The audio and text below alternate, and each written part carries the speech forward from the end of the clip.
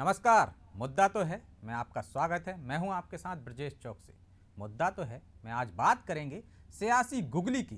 Cricket में गेंदबाज बल्लेबाज को गच्चा देने गुगली बाल डालता है।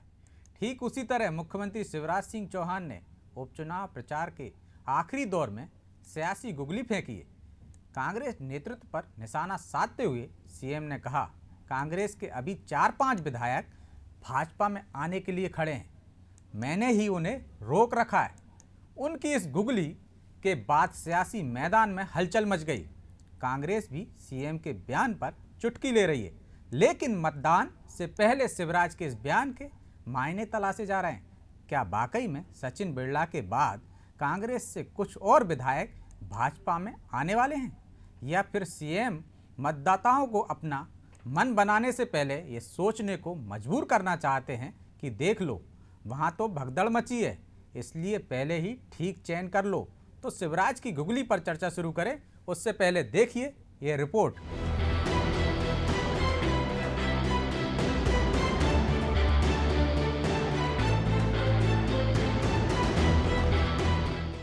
अच्छे लोग आज कांग्रेस छोड़ भागना चाहते हैं। अच्छे लोग कांग्रेस छोड़कर भागना चाहते हैं। मुख्यमंत्री के इस बयान ने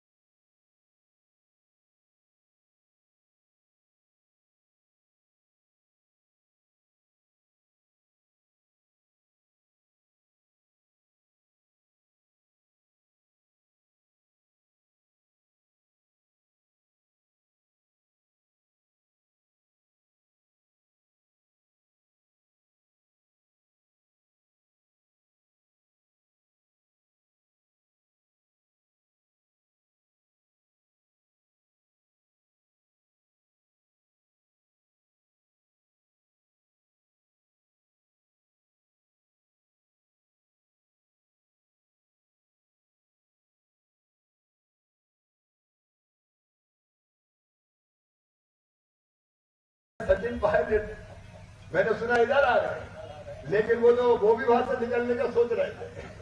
कांग्रेस में कौन आज रहना चाहता है?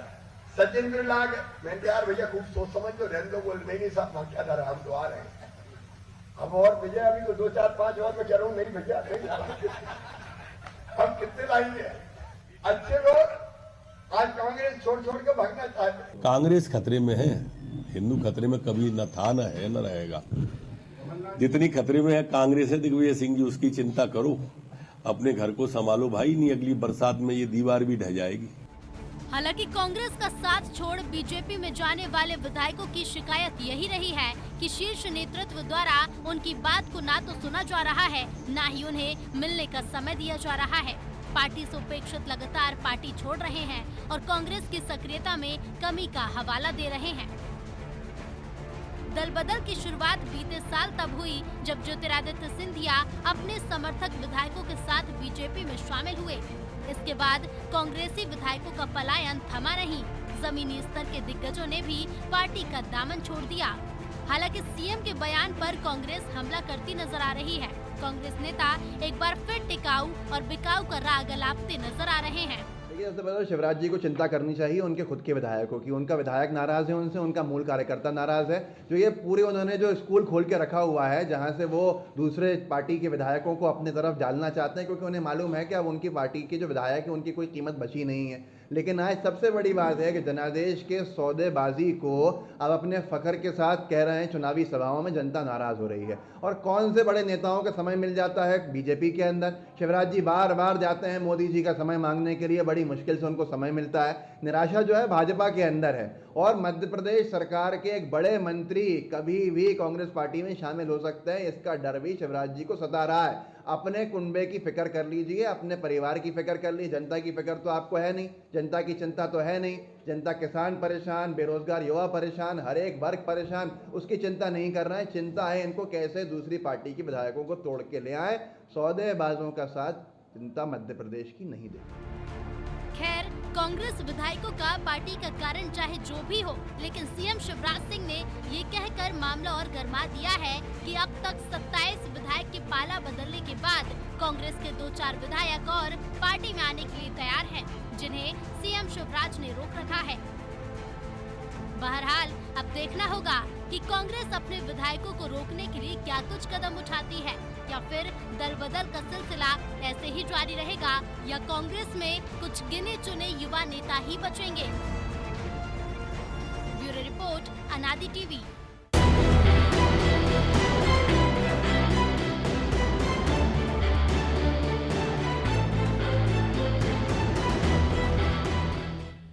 तो शिवराज की गुगली पर चर्चा के लिए हमारे साथ मौजूद हैं ब्रजगोपाल लोया, भाजपा प्रवक्ता हैं, प्रताप भानु शर्मा, पूर्व सांसद, कांग्रेस के वरिष्ठ नेता, और चंद्रकांत नायडू, वरिष्ठ पत्रकार हमारे साथ शामिल हैं। आप तीनों मेहमानों का बहुत बहुत स्वागत है।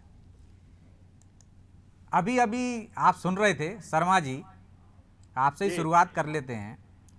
आपके ही प्रवक्ता कह रहे थे एक मंत्री इधर पाले में आने वाले हैं, लेकिन कमलनाथ जी तो अब तक कह रहे थे कि शिवराज जी नारियल लेके जेब में घूमते हैं। अब तो ऐसा लग रहा है कि विधायक लेके घूम रहे हैं।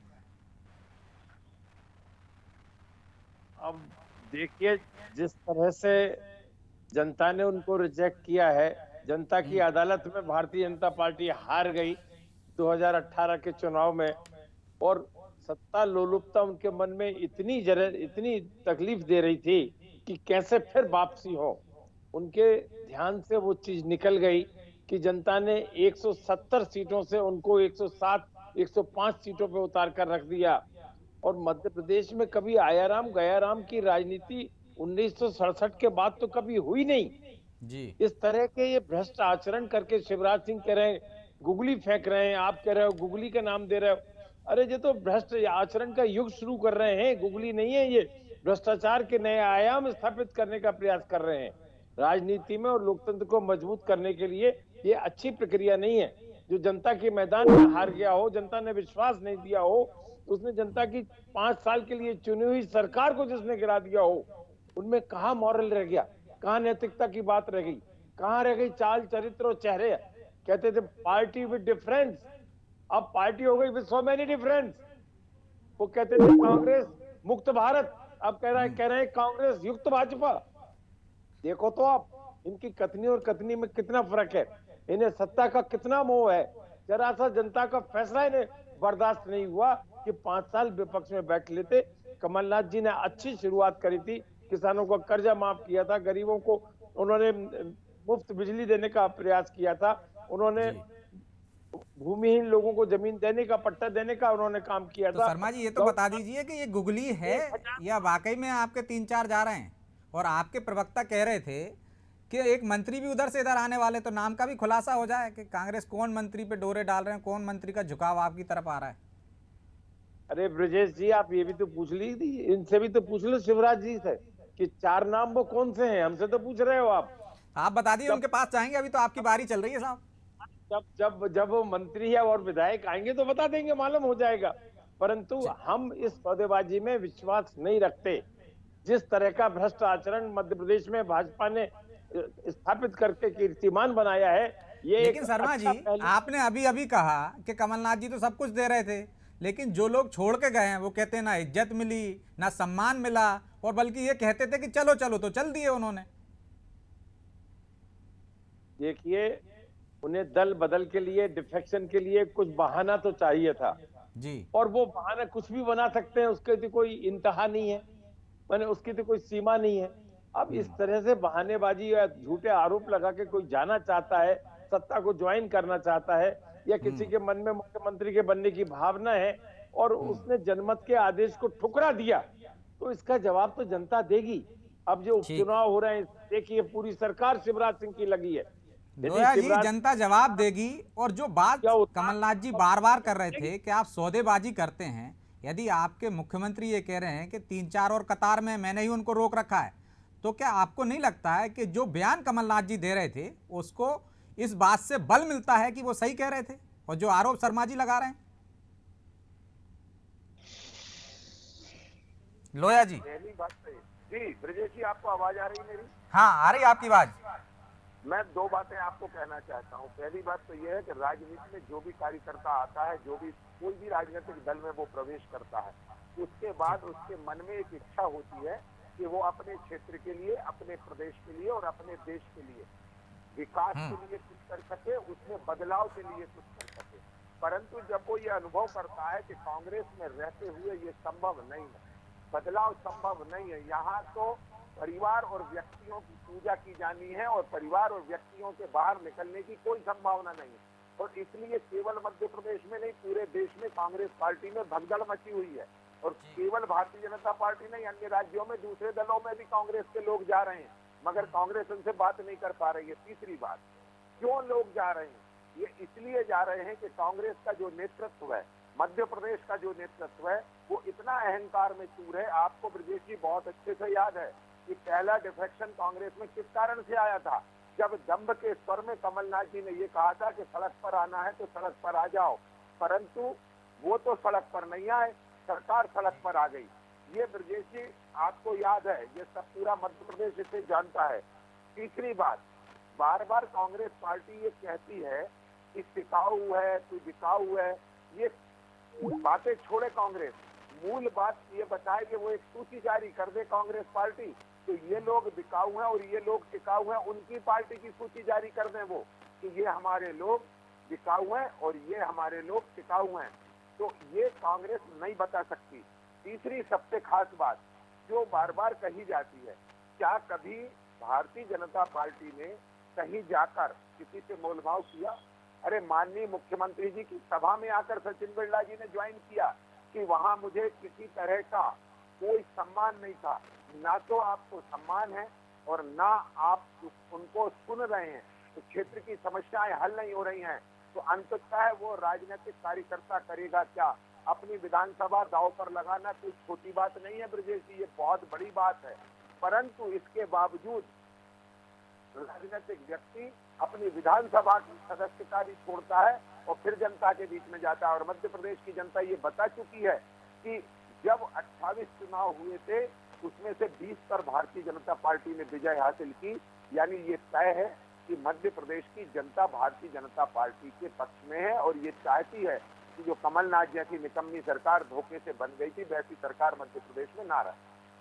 तो लोया जी, एक मैसेज तो ये भी जा रहा है ना कि आप कहीं ना कहीं खतरा महसूस कर रहे होंगे, तब तो तोड़फोड़ कर रहे हैं, या सचिन बिरला को लाए हैं आप? आप मुझे बताइए ना कि हमें कहाँ से खतरा है? नंबर में कांग्रेस आज 80 के नीचे आ रही है, 80 के आसपास रह रही है। हमें खतरा कहाँ से? मध्य प्रदेश में सरकार बनाने के लिए 116 से ज्यादा सीटें चाहिए, हमें तो कहीं से कोई खतरा नहीं है। परंतु लेकिन कमलनाथ जी कह रहे हैं ना कि खतरा सरकार को नहीं है, शिवराज जी को है। 2 नवंबर के बाद उनकी कुर्सी खतरे में है, हार जाएंगे तो। देखिए मैं आपको बताऊं, कांग्रेस पार्टी नहीं है जो किसी को बनाएगी, पार्टी है। इन्होंने, हमने जब 2018 के चुनाव में गए थे तब ये कहा था कि यदि हम सरकार में आएंगे तो शिवराज सिंह चौहान मुख्यमंत्री होंगे। जब हम 2020 में सरकार में आए तो शिवराज जी मुख्यमंत्री बने। ये कांग्रेस पार्टी की तरह नहीं है कि जहां गांधी परिवार जहां कहेगा वो आदमी बनेगा। ये भारतीय जनता पार्टी है, यहाँ नेता पेट से पैदा नहीं होता है, यहाँ नेता पेट से पैदा होता है। ये पेट की पार्टी नहीं है, परिवार की पार्टी नहीं है, किसी व्यक्ति की पार्टी। लेकिन अब दिग्विजय सिंह जी कह रहे हैं कि अब चुनाव का प्रचार आज समाप्त हो जाएगा, इससे पहले आखिरी दौर में आप धर्म की बात करेंगे, हिंदू मुस्लिम की बात करेंगे, क्योंकि मुद्दों पे आप बात नहीं करना चाहते, इसलिए ये कहेंगे कि हिंदू समाज खतरे में है ताकि लोग वोट डाल सकें, उस बहाने आप वोट लेने की कोशिश करेंगे। आप भी जानते हैं कि हम हमेशा मुद्दों की बात करते हैं और दिग्विजय सिंह हमेशा धर्म और संप्रदायवाद की बात करते हैं। दिग्विजय सिंह लोग जैसे लोग क्या हमें तय करेंगे कि हम कहां जाएंगे या हमारी विचारधारा क्या है? जी लोया जी, तो ये दिग्विजय सिंह जी जो है ये अपनी पार्टी की चिंता करें तो बहुत बेहतर होगा। और मैं आपसे फिर कहना चाहता हूं कि जो दिग्विजय सिंह जी को चुनाव प्रचार से बाहर क्यों रखा गया है? पहले दिग्विजय सिंह जी को चुनाव में कोई काम दिया नहीं, तो अब वो एक काम कर रहे हैं कि अंतिम समय में एक वक्तव्य जारी कर रहे हैं, अपना बयान जारी कर रहे हैं, अपील जारी कर रहे हैं, और पूरे चुनाव वो कहीं थे नहीं। और स्वयं दिग्विजय सिंह जी कह चुके हैं कि मेरे बात करने से या कुछ बोलने से कांग्रेस पार्टी के वोट करते हैं, मुझे कहने की जरूरत नहीं है, ये दिग्विजय सिंह जी स्वीकार कर चुके हैं। लेकिन वो तो आप कह रहे हैं कि हिटलर से तुलना कर रहे हैं भाजपा शासन की, कि जिस तरह जर्मनी बर्बाद होता रहा वैसा ही शासन यहाँ है और भारत को बर्बाद कर देंगे आप लोग और आपकी पार्टी। ये देखिए, मैं आपको फिर बताऊं, इस देश के टुकड़े करने वाले, इस देश के आत्मसम्मान को गिरवी रखने वाले, इस देश के गौरव को कम करने वाले लोग इसके अलावा कुछ कह भी नहीं सकते हैं ब्रजेश जी। ये दिग्विजय सिंह जी का तो काम ही एक है कि केवल इनके पास संप्रदायवाद को भड़काओ, तुष्टीकरण की राजनीति करो और जहां भारत माता का सर गर्व से ऊंचा होता हो उसे नीचा करो। ये दिग्विजय सिंह जी के हिस्से में आया काम है, कांग्रेस पार्टी ने उन्हें इस काम में लगा रखा। तो मतलब कांग्रेस मुक्त भारत का जो आपने नारा दिया था वो कांग्रेस युक्त भाजपा करके पूरा करेंगे। देखिए, कांग्रेस एक विचारधारा है। कौन सी विचारधारा है? जो 1947 में देश के विभाजन को स्वीकार करती है, जो 1962 में चीन को अपनी भूमि दान में दे देती है इस देश के, जिसके लिए एक एक इंच भूमि पर शहीद अपने रक्त की नदियां बहा देते हैं। उस विचारधारा के खिलाफ और उस विचारधारा को समाप्त करने में हमने बहुत सफलता पाई है और निश्चित है भानु शर्मा जी से जवाब ले लेते हैं। शर्मा जी, लोया जी कह रहे हैं कि दिग्विजय सिंह जी अपना घर देखें, घर संभालें, कांग्रेस खतरे में है, उन्हें कांग्रेस की चिंता करनी चाहिए ना कि भाजपा की और देश की। और नरोत्तम मिश्रा तो इससे आगे कह रहे हैं कि अगली बरसात में जो दीवार बची है आपकी वो भी ढह जाएगी। शर्मा जी। अच्छा, मुझसे आप पूछ रहे हैं? जी जी, आपसे ही पूछ रहा हूँ। अच्छा, देखिए, इनके पास कुछ एजेंडा तो है नहीं कांग्रेस की बुराई करने के अलावा, कांग्रेस के नेताओं का चरित्र हनन करने के अलावा काम नहीं करेंगे, परंतु जो कांग्रेस के किए हुए काम है या अच्छाइयां हैं उसे मिटाने की कोशिश करेंगे। मैं इनसे, लोया जी से यही कहना चाहता हूं कि देश की आजादी और नेहरू जी की और महात्मा गांधी की बात करते हो आप, उनकी सानी में, उनके पासिंग में एक आदमी नहीं है आपके पास, एक फ्रीडम फाइटर नहीं है जिन्होंने अपनी जिंदगी जेलों में निकाल दी, संघर्ष में निकाल दी। और अंग्रेजों को जो काम सैकड़ों वर्षों की लड़ाई में नहीं हो पाया था, वो कांग्रेस के नेताओं के नेतृत्व में देश आजाद हुआ। उसको आप चुनौती नहीं देना चाहिए, सच्चाई को स्वीकार करना चाहिए। परंतु झूठ पर झूठ, और इनका फार्मूला वही है कि झूठ बोलो, जोर से बोलो, 100 बार बोलो, जनता भ्रमित हो जाएगी। इन बातों से भ्रमित नहीं होगी। और देश की आजादी की लड़ाई पर प्रश्न चिन्ह लगाने वाले खुद अंग्रेजों की दलाली करते थे, उनकी मुखबरी करते थे। इसमें ये इतिहास में मौजूद है। आप कहीं कहते हो विभाजन के लिए, अरे विभाजन के लिए सावरकर जिम्मेदार है, विभाजन के लिए जिन्ना जिम्मेदार है। लेकिन मैं आऊंगा लोया जी, आपके पास आऊंगा, लेकिन शर्मा जी, कमलनाथ जी के बारे में कह रहे हैं शिवराज जी कि वो एक ट्विटर की चिड़िया के जैसे हैं कि ट्वीट करते हैं और उड़ जाते हैं। मैं तो यहीं रहूंगा, जो वादे किए हैं मैंने कमलनाथ जी की तरह नहीं हूं, जो जन दर्शन में वादे किए हैं वो पूरा करूंगा। देखिए, कमलनाथ जी ने ये साबित कर दिया है कि वो मध्य प्रदेश की लड़ाई लड़ने में और किसानों के हक की बात करने में, नौजवानों को रोजगार देने में और प्रदेश के विकास में उनकी पूरी दिलचस्पी है और वो करना चाहते हैं। उन्हें 5 साल काम करने का मौका नहीं दिया जिसका जनता ने विश्वास दिया था। विश्वासघात यदि जनता से किया है भारतीय जनता पार्टी के नेताओं ने और उन शीर्ष नेताओं ने, जिसमें मोदी और शाह भी शामिल हैं, जिनकी कॉन्स्पिरेसी करके, पेगासिस का उपयोग करके, अब तो सुप्रीम कोर्ट कह रहा है पेगासिस के बारे में। ये तो बता दीजिए कि जो वो कह रहे हैं कि कमलनाथ जी आते हैं ट्विटर की चिड़िया की तरह उड़ के चले जाते हैं ट्वीट करके, तो वो यहाँ रहते क्यों नहीं है? वो रहते हैं बराबर, और जब उन्हें जाना होता है तो जाते हैं, जो काम जरूरी होता है वो करना पड़ता है। और ये स्वयं भी कितने चक्कर लगाते हैं शिवराज सिंह जी, और जो उनके मन में आता है वो तो कहने लगते हैं। कभी कहते हैं हम विधायक खरीद रहे हैं, कभी कहते हैं हम सरकार ऐसे बना रहे हैं, कभी कहते हैं कि हमने कर्जा माफ कर दिया। पता नहीं इनका क्या क्या झूठ बोलने का तरीका। इसका मुकाबला जी मैं आपके पास आऊंगा, लेकिन इससे पहले वरिष्ठ पत्रकार चंद्रमा नायडू जी हमारे साथ जुड़ गए हैं। शर्मा जी, मैं आपके पास भी लौटूंगा। नायडू जी, शिवराज जी ने अभी आखिरी दौर में प्रचार के में एक गुगली फेंकी है। एक गुगली हम देखते हैं क्रिकेट के मैदान पर, जब गेंदबाज बल्लेबाज को फांसने के लिए या गच्चा देने के लिए गुगली फेंकता है। शिवराज जी कह रहे हैं कि 3-4 विधायक और कतार में हैं कांग्रेस के आने के लिए, लेकिन मैंने ही उनको वहां रोक रखा है। तो इस गुगली के मायने क्या है और क्या उनकी ये गुगली असरकारक नजर आ रही है? नायडू जी, नायडू जी से लगता है तकनीकी कारणों से हमारा संपर्क फिर टूट गया है। जी लोया जी, आप शर्मा जी के आरोपों का जवाब दे सकते हैं। नहीं, मैं तो 2-3 बातें कहना थी कि शर्मा जी कह रहे थे कि बेरोजगारी है, तो ये कांग्रेस के नेताओं की बेरोजगारी कमलनाथ जी दूर कर सकते हैं, जी क्योंकि प्रदेश मैं अध्यक्ष आपको वही रोकना है। चाहूंगा क्योंकि नायडू हाँ जी हाँ हमारे साथ फिर जुड़ गए, फिर आपको मौका दूंगा। मैं आपसे ही शुरुआत करूंगा, यहीं से आप शुरुआत करना है। नायडू जी, मैं जो बात कर रहा था, क्रिकेट के मैदान में हम एक देखते हैं गुगली बाल, जो गेंदबाज बल्लेबाज को फांसने के लिए करता है, सफल भी हो जाता है कई बार।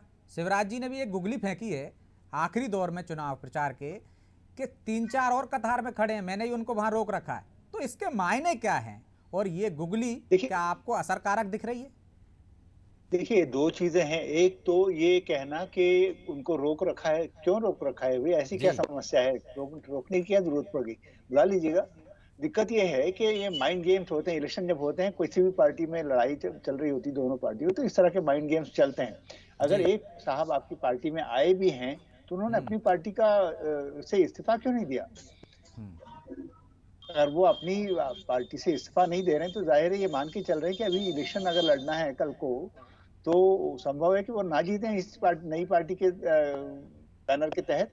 तो वो अभी अपनी पार्टी में बरकरार है। मैं ये नहीं कह रहा कि भाई जो कर रहे हैं शिवराज जी वो गलत है या कुछ है, क्योंकि अब तो इस बारे में कुछ कहना गलत ही होगा, क्योंकि ये जब शिवराज जी खुद ही अपनी तारीफ करते हुए कह चुके हैं एक मरतबा कि हमने सरकार कैसे गिराई, तो अब इसमें नैतिकता या उसके बारे में तो कोई बात करना फायदे की बात नहीं है। लेकिन ये जरूर लगता है कि ये करने से आखिर हासिल क्या हो रहा है बीजेपी को, अभी इस स्थिति में क्या हासिल हो रहा है जिसमें जो कर रहे हैं। और उससे बड़ी बात यह है कि जिन साहब को आपने पार्टी में लिया है, बिरला जी को, वो अपनी पार्टी अभी छोड़ क्यों नहीं रहे? पहला तो सबसे पहला काम उनका ये होना चाहिए, अपनी पार्टी से इस्तीफा देना चाहिए था उनको। वैसा क्यों नहीं किया? वो इंतजार कर रहे होंगे कि पार्टी निष्कासित कर दे तो इस चुनाव में ना जाना पड़े। हाँ, ये संभव है, लेकिन ये है कि दूसरी पार्टी में आप चले ही गए हैं, तो फिर कैसे बने रह सकते हैं उसमें? जी भाई ये तो मान सकते हैं कि आप जी नायडू जी, हाँ, नहीं, ये तो माना जा सकता है। इससे पहले भी ऐसा होता रहा है कि जब आप पार्टी छोड़ना चाहते हैं तो आप निष्कासन का इंतजार करते हैं। तो जो बोला है शिवराज जी ने, हालांकि आज उन्होंने फिर कहा कि हमने नहीं गिराई सरकार तो अपने कर्मों से गिर गई है, लेकिन ये जो गुगली फेंकी है कि 3-4 और कतार में है, इससे कुछ फर्क देखते हैं आप? कुछ असर करती है इस टाइप की गुगली? देखिए, बल्लेबाज का आउट होना जरूरी नहीं है। अगर गुगली फेंकी आपने तो सिर्फ वो बीट हो गया तो कोई फायदा नहीं है उसका। कई बार गुगली असफल भी हो जाती है और उस पर भी छक्का चौका लग जाता है। लोया जी, आप एक व्यक्ति को ले आए हैं, तो फिर इस्तीफा क्यों नहीं दिया? मतलब आपकी नीयत में कहीं ना कहीं खोट है। और ये तो गुगली जो आपने फेंकी है, कितनी असरकारक होगी ये तो 2 नवंबर को पता चलेगा। पहले आप एक बात समझ लीजिए ब्रजेश जी, कि हम किसी को लाए नहीं जी। लोग दीनदयाल उपाध्याय के विचार के साथ चलना चाहते हैं, इसलिए वो भारतीय जनता पार्टी की तरफ आकर्षित है। एक बात, और जहां मेरी बात रह गई थी, आपके ही सीएम ने, हमारे भी सीएम है, उन्होंने गाना गाया था जब सचिन बिरला आए थे, बड़ी देर कर दी नंदलाला आते आते। तो कहीं ना कहीं तो कुछ होगा पाइपलाइन में। नहीं, देखिए, मैंने आपसे कहा ना कि कब से संपर्क में होंगे और वो कब आए और कब उनको महत्व नहीं मिला, ये उनको सम्मान को कब ठेस पहुंची, ये बहुत सारी बातें हैं। परंतु मैं जहां बात कर रहा था, मेरी बात आधी रह गई थी कि कांग्रेस में ये भगदड़ क्यों है कि जब प्रदेश अध्यक्ष भी कमलनाथ ही रहेंगे, नेता प्रतिपक्ष भी कमलनाथ ही रहेंगे, और जब मुख्यमंत्री बनने की बारी आई थी तो मुख्यमंत्री भी कमलनाथ ही रहेंगे। तो शेष लोग जब बेरोजगार रहेंगे कांग्रेस के युवा नेता, तो वो करेंगे क्या? जब कांग्रेस में एक ही व्यक्ति की पार्टी बननी है तो अन्य लोगों की आवश्यकता क्या है? और उसमें भी आपको एक बात और बताता हूं कि कमलनाथ जी जब तक सरकार में थे तब तक दिग्विजय सिंह जी की आंखों से देखते थे और दिग्विजय सिंह जी की कानों से सुनते थे। तब भी उन्हें किसी की आवश्यकता नहीं थी। और आपको याद, तो लोया जी, दिग्विजय सिंह जी तो आपके फेवरेट हैं, वो उधर हैं तो आपके लिए खेलते दिखते हैं। जिस तरह से आप लोग उन पर हमला करते हो तो वो तो फायदेमंद ही हैं। नहीं, देखिए, हम उनके भरोसे नहीं हैं। भारतीय जनता पार्टी का कोई भी कार्यकर्ता दिग्विजय सिंह जी पर भारी है, क्योंकि दिग्विजय सिंह जी की विचारधारा जो है, वो जो विचारधारा है वो बांटने वाली है, और उस पर भारतीय जनता पार्टी का कोई भी कार्यकर्ता भारी रहेगा। जी शर्मा जी, आपके यहाँ बेरोजगारी ज्यादा है क्योंकि कमलनाथ जी 2-2 पदों पर हैं। वो विचारधारा आपकी बांटने वाली है कि इनकी बांटने वाली है? जवाब भी दे दीजिए। जवाब तो जो उल्टे ही बोल रहे हैं, जो उनके ऊपर लागू होती है डिवाइड एंड रूल, समाज को धर्म के नाम पर बांटना, जात बिरादरी के नाम पर बांटना, जो इन्हें विरासत में मिला है अंग्रेजों से, और ये धर्म के नाम पर जो एक सद्भावना पूरे देश में बनी हुई थी उसे नफरत में बदलने का काम कर रहे हैं। क्योंकि इन्होंने हमेशा समाज को धर्म के नाम पर बांटा है, डिवाइड किया है।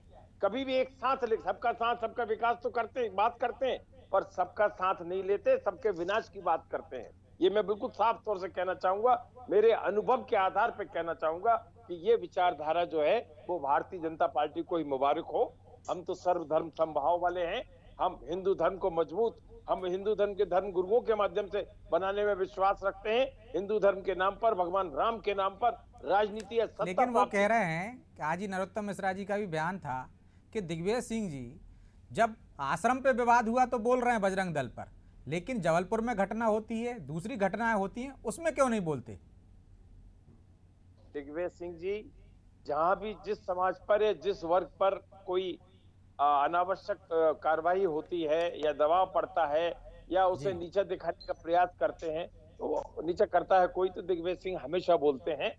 अब उनके बोलने में मीन मेख निकालना ये नरोत्तम मिश्रा जी का काम है, वो इनका काम है। इन्हें कोई और मुद्दे तो है नहीं, काम आता नहीं है, मध्य प्रदेश का विकास जानते नहीं है, रोजगार के उन्हें पूरा विश्वास है नहीं, किसानों का कर्जा माफ नहीं कर सकते, नौजवानों को रोजगार नहीं दे सकते, महंगाई पे अंकुश नहीं लगा सकते। आप देखिए तो पेट्रोल, डीजल, खाद, बीज कहां से कहां पहुंच गया, रसोई गैस 1000 रुपया। लोया जी समय नहीं है, लेकिन मैं आपको 30 सेकंड दे रहा हूं, आप बहुत देर से अंगुली उठा रहे हैं, तो आप अपनी बात 30 सेकंड में कर दीजिए प्लीज। जी सर, मैं दोनों बातें करना चाहता हूं। आज जो मध्य प्रदेश बेहतर मध्य प्रदेश है वो भारतीय जनता पार्टी के नेतृत्व के कारण है। आज जो मध्य प्रदेश कृषि में एक नंबर है, चुनाव की लड़ाई तो 2003 के पहले के मुद्दों पर लड़ते हो। बहरहाल अब समय इजाजत नहीं देता, इसलिए इस चर्चा को यहीं विराम देना पड़ेगा हमें। आप दोनों मेहमानों का और नायडू जी का भी शुक्रिया जो चर्चा में अभी शामिल नहीं हो पाए तकनीकी कारणों से, फिर लास्ट में उनसे हमारा संपर्क टूट गया था।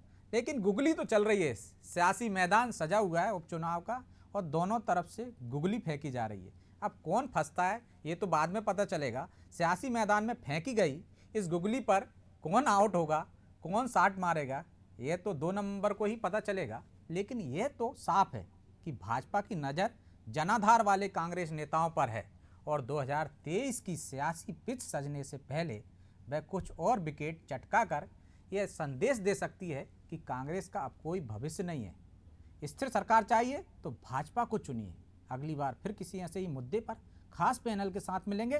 तब तक खबरों के लिए देखते रहिए अनादि टीवी। नमस्कार।